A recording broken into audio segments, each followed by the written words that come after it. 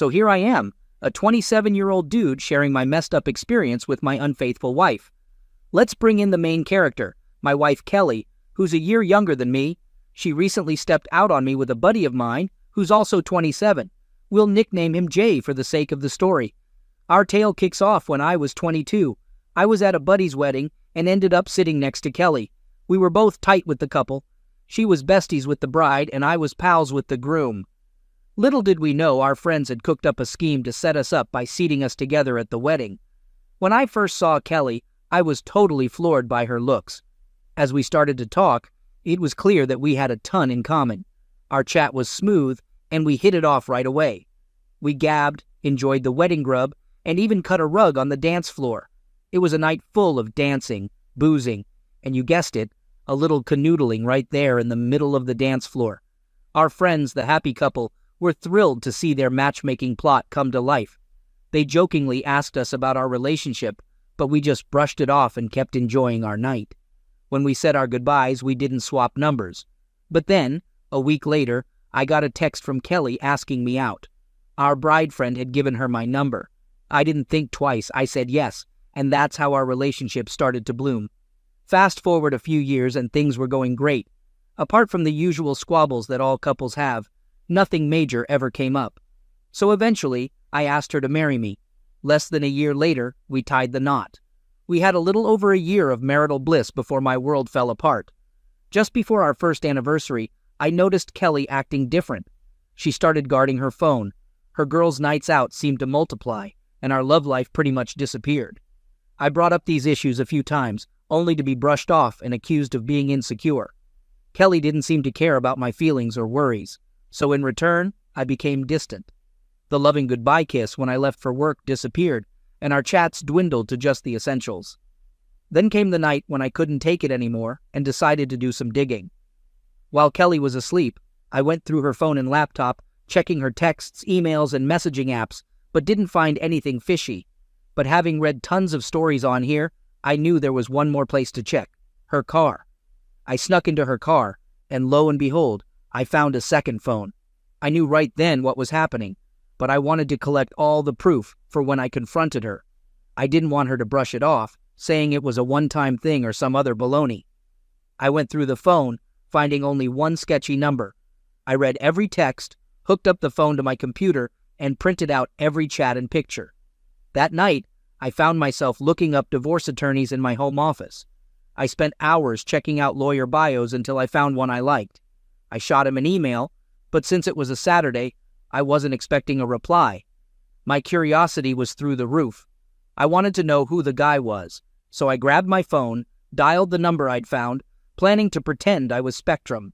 But as I dialed, Jay's contact popped up. I felt my world implode. I lost it, yelling and swearing in my office. My wife came in to see what was up. The second I saw her, I yelled at her to get out. I'd never raised my voice or sworn at her before. After that, I stayed locked in my office, silently seething and staring at the wall, needing a drink. I rang up a buddy from the wedding and asked if he'd meet me. He said yes, probably because he could tell something was off in my voice without me saying anything. I grabbed all the printouts and headed to the bar. I got there first and ordered 4 shots of Jack and a beer.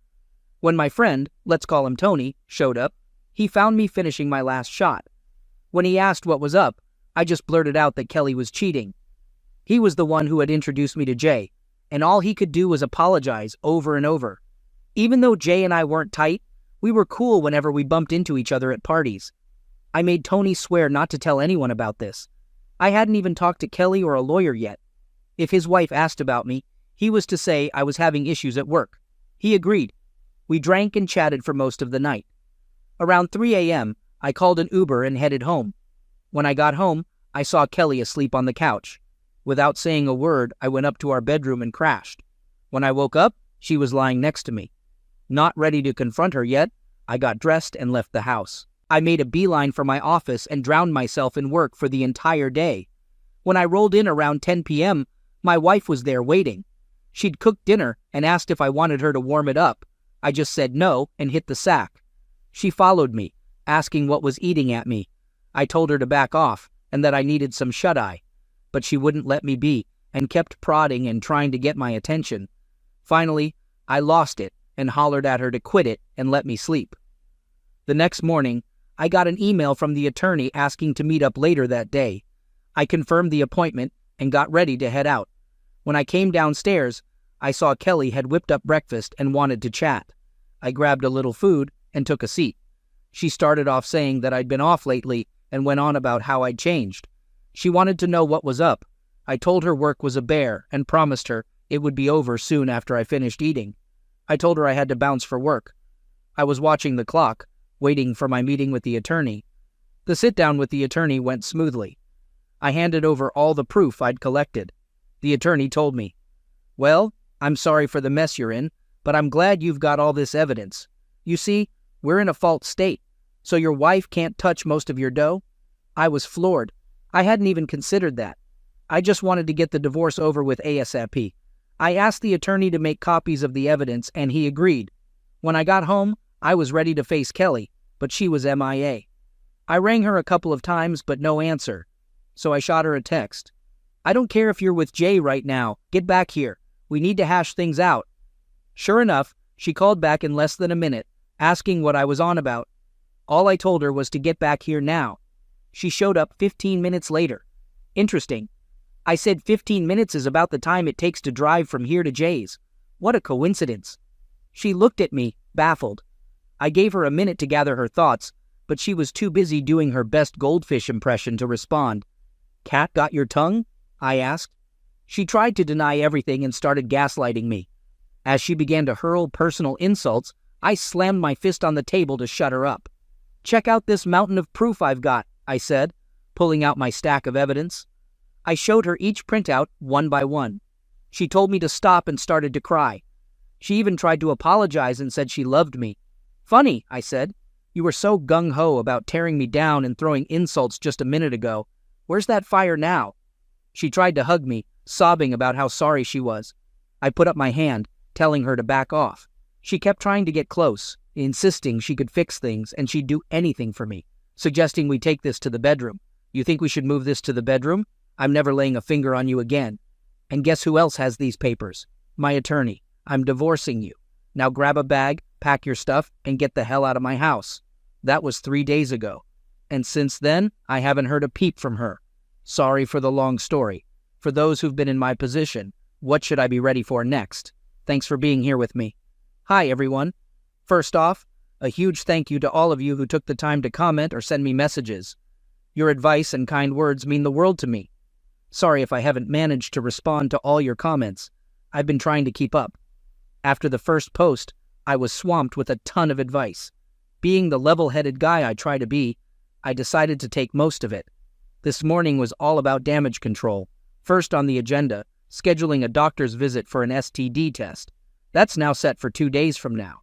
Next, I touched base with my support crew, my dad and a couple of close buddies. They've all been super supportive, offering their own 2 cents and even assistance.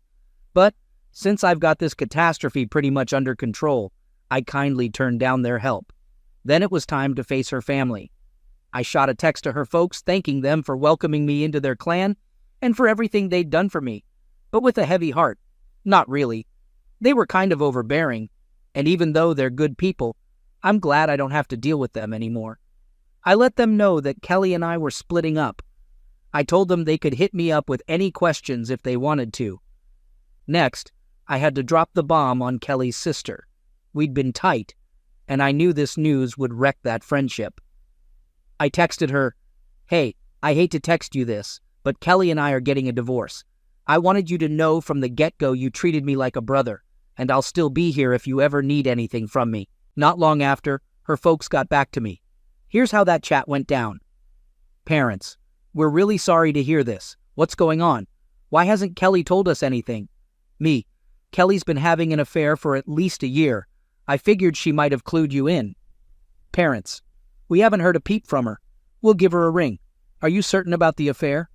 Me: "I'm sure as hell. I found their texts."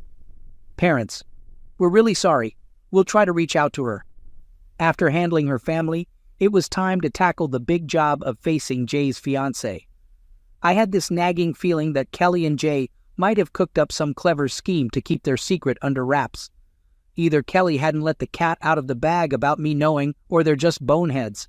I texted her around 2 p.m. asking if we could grab a coffee. We met at some hipster coffee joint. As I choked down my terrible coffee, I said to her, "There's no sugarcoating this, so I'll just spit it out. Jay's been stepping out on you with my wife for over a year." She was clearly shocked, so I added, "I only discovered it a few days ago. I should have told you then, but I had a divorce to get rolling and my own pity party to throw." She asked how I found out, so I spilled the beans. That's in the first post. I asked if she wanted to see the proof I'd collected and pulled out a binder. She took the binder and skimmed the messages and pictures and just started to cry quietly. I told her she could take the binder. I even had extra copies in case she wanted to confront Jay or put his lying skills to the test. She thanked me, stood up, took the binder, and walked out. As she left, she looked totally crushed. Before she left, I made sure to let her know that if she needed anything from me, all she had to do was ask. Now I know a bunch of you told me to stay on the wagon and keep a level head, but honestly, my world's just come crashing down. So I've decided to take this week to wallow in self-pity, on my back deck, with some booze, cigars, and some blasting tunes. But don't sweat it. This pity party will wrap up when the week's done. I plan to quit feeling sorry for myself and get back to my regular routine.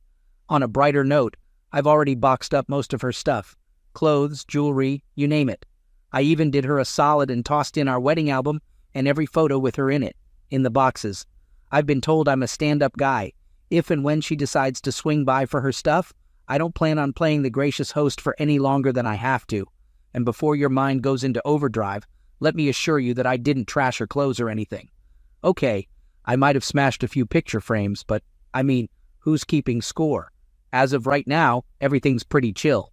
I've done my part, spreading the ugly truth about the affair to everyone who needed to know. My doctor's visit is scheduled. My attorney is working to get me out of this jam, and 90% of her stuff is neatly packed in boxes. If she keeps her distance, this might just be the smoothest divorce in the books. Update. So here's the latest. Since the last update, I've been wallowing in my personal pity party. Drinking, and more drinking. I'd say this is my first somewhat clear-headed moment since the bombshell dropped. The whole roller coaster of emotions has been tough to put into words, but numb probably hits the nail on the head. So I mentioned that I'd clued everyone in on the situation. The only one who didn't respond was Kelly's sister Wendy, who I've always been tight with. That very night, after a few more rounds, I blacked out on my back deck, a hodgepodge of bottles and beer cans keeping me company. I woke up to the smell of breakfast cooking. My first thought was, oh great, Kelly's back and thinks a breakfast peace offering is her get-out-of-jail-free card. Gearing up for a shouting match, I was stunned to see it was Wendy. Wendy saw I was up, bolted over to me and gave me a hug. She then guided me to the table and dished up a plate. As I chowed down, she gave me her side of the story. Apparently, Kelly had shown up at her place, playing down our issues as a temporary hiccup. When I texted Wendy about the divorce, she confronted Kelly, who crumbled and spilled the beans. I set her straight. There's no way she spilled all the beans. I then laid out the whole dirty story. Wendy led on that Kelly had tried to pass it off as a one-off slip-up. I made it clear to Wendy that making up with Kelly was off the table and that Kelly should start looking for a lawyer. To my surprise, Wendy had my back. She made it clear that while she cared for her sister, she was my friend too, and wasn't going to ditch me. This warmed my heart. Wendy bunked with me for 2 days in the guest room, you rascals, and took off this morning. As she was heading out, I was packing for a trip to my cabin, which I owned before we got hitched. So it's a no-go zone for Kelly. I was grabbing my hunting and fishing gear when Wendy asked to come along. As much as I appreciated the company, I suggested she should probably check in on her sister. She agreed, gave me a hug, and left. For any of you cooking up a romance between Wendy and me, slow your roll. She's only 20.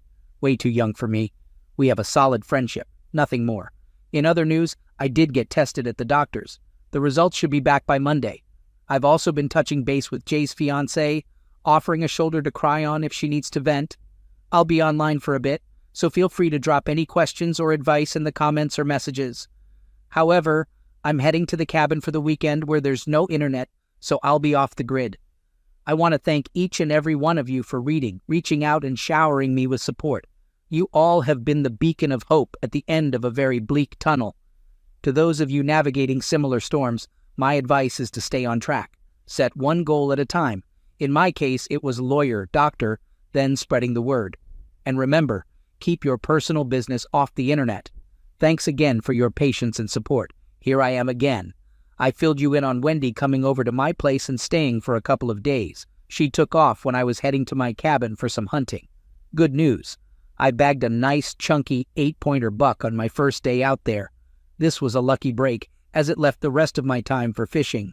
I caught a couple of decent-sized ones, which turned into a meal, and the next one to be butchered. I spent the rest of my stay at the cabin, processing my deer and soaking up the natural beauty. Apart from a drink or two a day, I spent my trip sober as promised. My boozing was limited to the previous week. Now on to the events of the past few days. I got a call from my doctor, and thankfully, all is clear. Not too shocking given the lack of steamy nights with Kelly in the past few months, but it's always better to be safe than sorry.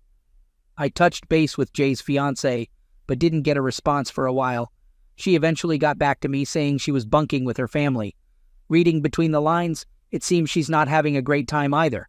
I told her if there's anything I could do, she just had to give me a shout. She asked to meet for coffee, which I was more than happy to do. We met at the same offbeat hipster coffee joint the next day and chatted for about 2 hours. We hashed out everything about Kelly and me. She was curious about the steps I was taking and whether there was any chance of patching things up. I made it clear that cheating was a deal-breaker for me, given the selfishness and disrespect it takes to step out, let alone for a year. It was clear Kelly didn't really give a damn about me. When asked about her plan, she said she was all mixed up as everything she thought was true turned out to be a pack of lies. She wasn't sure about her next move, whether to move on or forgive him. I honestly told her, if you can forgive someone for stepping out on you for that long, you're a better person than me. She shared that her family was suggesting that she forgive Jay and go ahead with their wedding. I told her just because it's what your family wants doesn't mean you have to go along with it.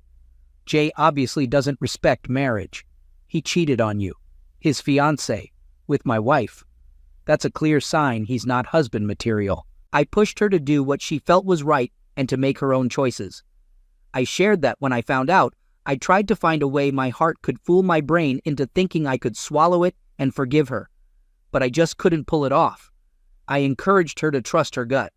From my experience, the brain and heart can sometimes lead you down the wrong path, but gut instincts are usually spot on.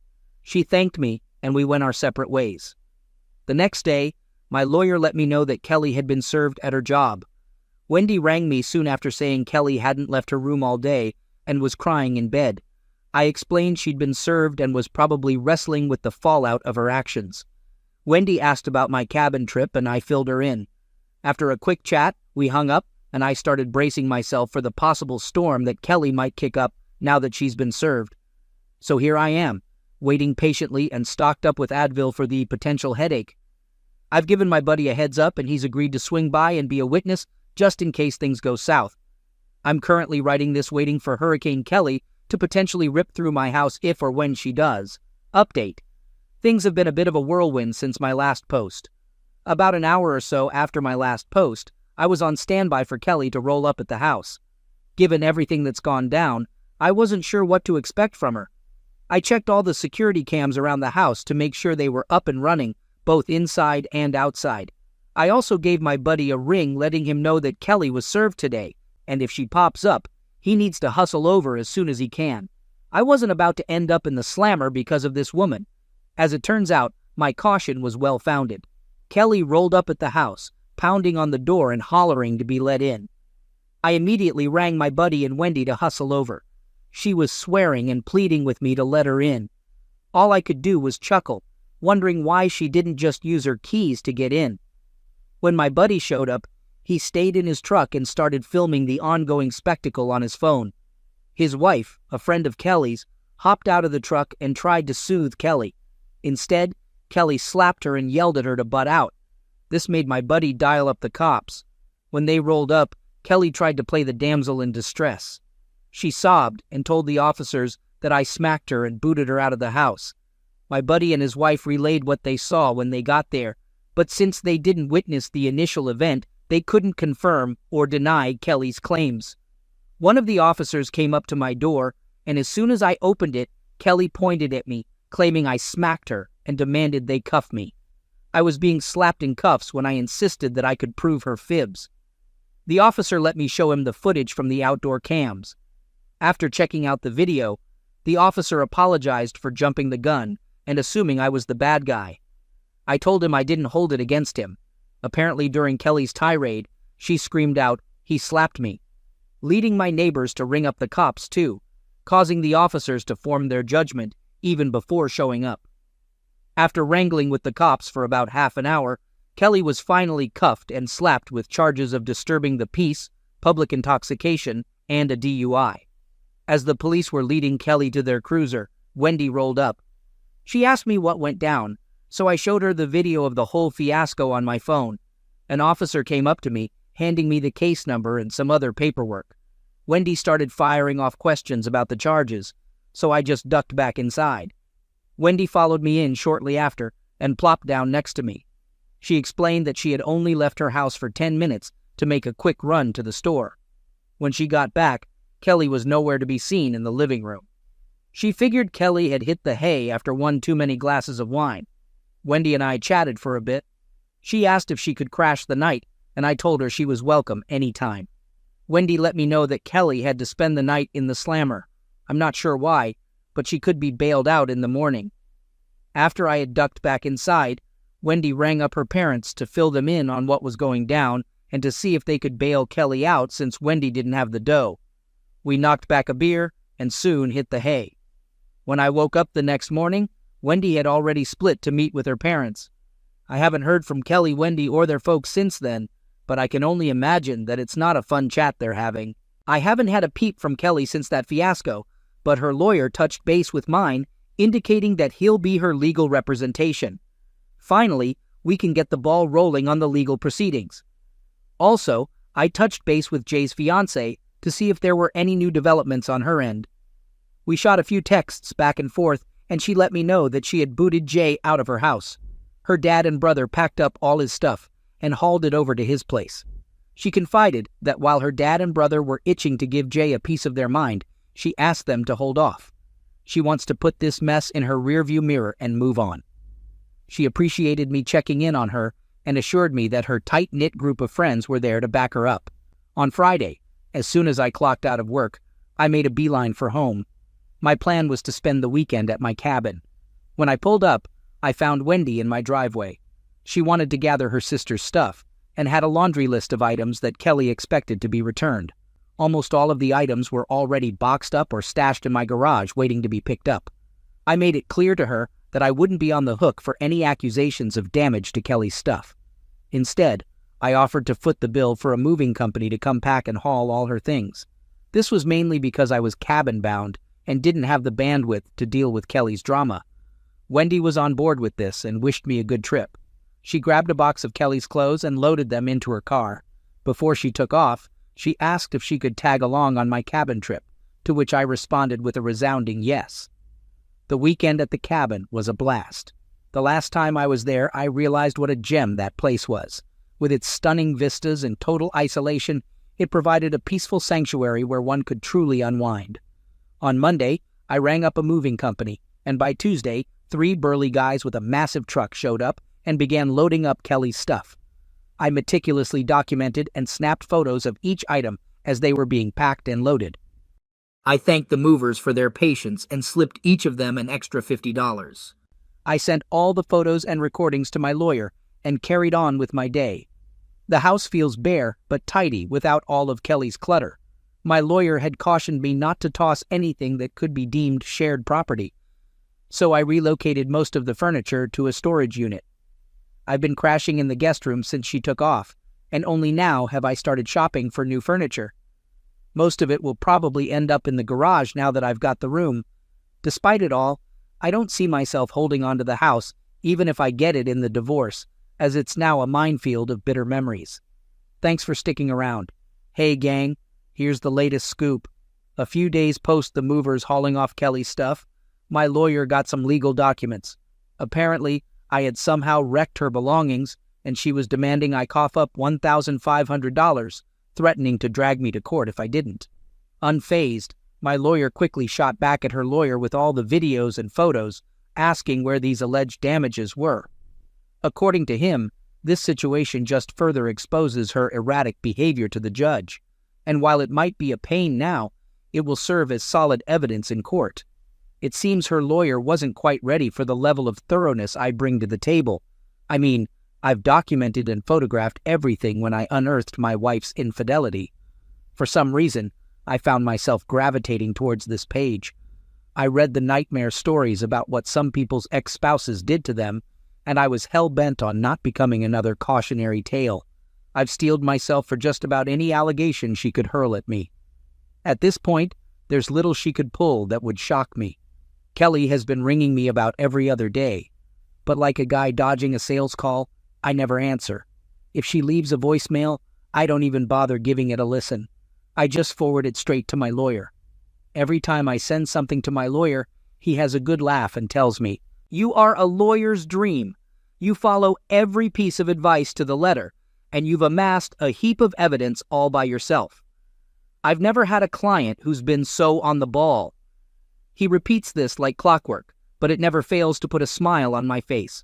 Knowing I'm handling things right definitely makes this wild ride a tad more manageable. About 2 or 3 weeks back, my lawyer let me know we had enough ammo to bury her without stepping foot in a courtroom. If our attempt falls flat, at least it would look good on us for trying. We set a date to meet at a neutral lawyer's office. He cautioned me not to react to anything Kelly might throw at me, reminding me that everything would be on record for a judge to review if it goes to court. We got there early, and to my surprise, she was already there, her lawyer in tow. It felt like a scene straight out of a legal drama. The lawyers kicked off their cordial banter while Kelly and I sat in silence, the air thick with tension. Kelly's lawyer broke the silence asking about our proposal. My lawyer, with a scoff that could give any sitcom character a run for their money, responded. Given the heap of proof showcasing Kelly's unfaithfulness and unacceptable conduct, the only deal we're putting on the table is half the proceeds from the house sale and half of the savings account. That's more than any court would grant you. Basically, you'll leave with what you brought into the marriage. Kelly started to weep, pleading if there was any way she could mend things. I shot back, "You've been betraying me even before we said I do. There's nothing you could possibly do to erase or make up for your actions. Sign the papers. It's more than you deserve. And I want to put an end to this whole charade you've spun." She excused herself to the ladies' room, likely to pull herself together. When she came back, still with teary eyes, she signed the papers and left shortly after. In about a month, everything will be filed, and all that's left for me to do is sell the house.